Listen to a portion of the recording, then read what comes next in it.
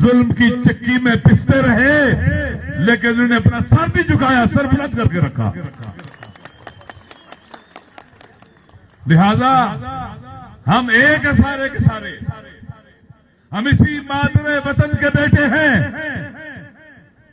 ہمارے دشمنوں نے, پاکستان کے دشمنوں نے ہمیں ٹکڑوں میں بانٹنے کی کوشش کی, ہمیں تقسیم در تقسیم کیا, سوسائٹی کی جو سوشل پاور ہوتی ہے اسے توڑا تاکہ ہم الگ تھلگ رہیں.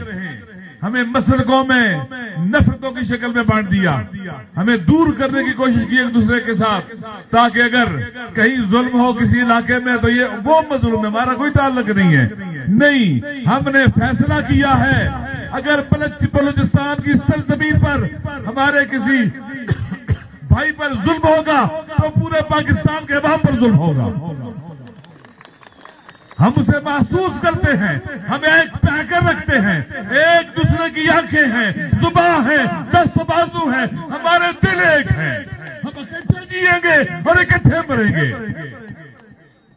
جس وطن میں ہم رہ رہے ہیں اس میں وطن کے دشمنوں نے, نالائقوں نے, نااہلوں نے اس پر گہرے وار کیے ہیں, گہرے زخم لگائے ہیں, جس کی وجہ سے ہمارے ملک کا یہ حال ہے.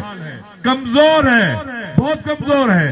جس دور میں ہم رہ رہے ہیں پاور اور طاقت ویسٹ سے ایسٹ کی طرف منتقل ہو رہی ہے.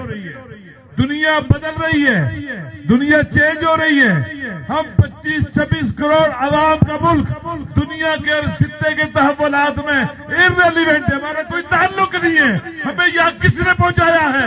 جنہوں نے گزشتہ 75 سال اس ملک پر حکومت کی اور اپنی جگہ رابر ملی مشر محمود خان اچکزئی پہ اعتماد کیا اور انہیں اتحاد کا صدر بنا کے گھروں سے نکل کر اس مرد کے بچے کو ووٹ دیا اور وہ کوئی ڈیل لے کے بھاگا نہیں. اس کے پلیٹلیٹس کم نہیں ہوئے, اس کو کوئی بیماری لاحق نہیں ہوئی. وہ آج بھی جیل میں بیٹھ کر اگر بات کر رہا ہے تو سول سپریمیسی کی بات کر رہا ہے. وہ آج بھی جیل میں بیٹھ کر اگر کوئی بات کر رہا ہے تو وہ یہ کہہ رہا ہے کہ پاکستان کی عوام کا سب سے پہلا حق ہے پاکستان کے اوپر. وہ آج بھی اگر جیل میں بیٹھ کر یہ کہہ رہا ہے کہ پاکستان کو کسی پرائی جنگ کا حصہ نہیں بننا چاہیے, پاکستان کو کسی پروکسی کا حصہ نہیں بننا چاہیے. وہ آج بھی اگر جیل میں ڈٹا ہوا ہے تو بلوچستان کے لوگوں وہ آپ کے حقوق کے لیے ڈٹا ہوا ہے, وہ پاکستان کے لیے ڈٹا ہوا ہے. یہ فرض اب آپ نے پورا کرنا ہے کہ ہر وہ آواز جو پاکستان کو توانا کرنے کے لیے بلند ہوگی, جو آپ کے حقوق کے لیے بلند ہوگی, جو آپ کے رائٹس کے لیے بلند ہوگی, وہ آواز کسی بھی پارٹی کی ہو, آپ آگے بڑھ کر اس آواز کا ساتھ دیں گے.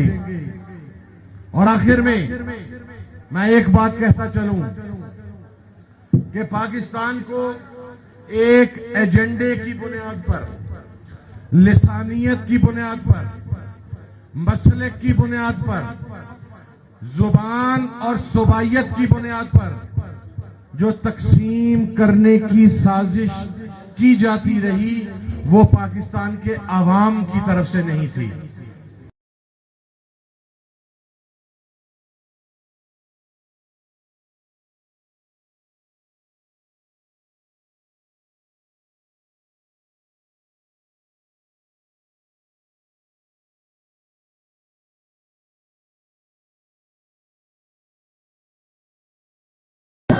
اسٹیج میں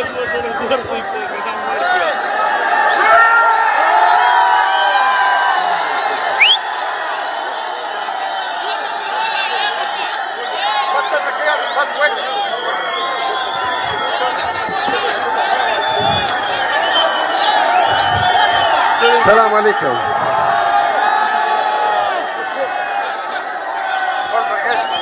بسم الله الرحمن الرحيم.